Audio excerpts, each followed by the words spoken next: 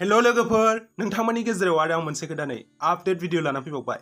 लोगोफोर नोंथांमोनाथ' फावखुंग्रि आलारि स्वर्गियारी बिथांखौ बयबो मोजाङैनो सिनायखायो जानांगौ। फावखुंग्रि आलारि स्वर्गियारी बिथाङा जोंनि बर' सावथुन मुलुगनिनो मुंदांखा सावथुन लिरगिरि सावथुन दिहुनगिरि पंकज लाहारीनि डिरेक्सन होनायाव 2019 मायथाइयाव दिहुनजानाय बिसम्बि आबुं बर' सावथुनाव फाव खालामदोंमोन आरो बे सावथुनाव जों सोरां नार्जारी बिथांजों जयै फाव खालामजाबनाय नुनो मोन्दोंमोन। फावखुंग्रि आलारि स्वर्गियारी बिथांनि जुलिया थांनाय एप्रिल दानाव जानानै थाङो।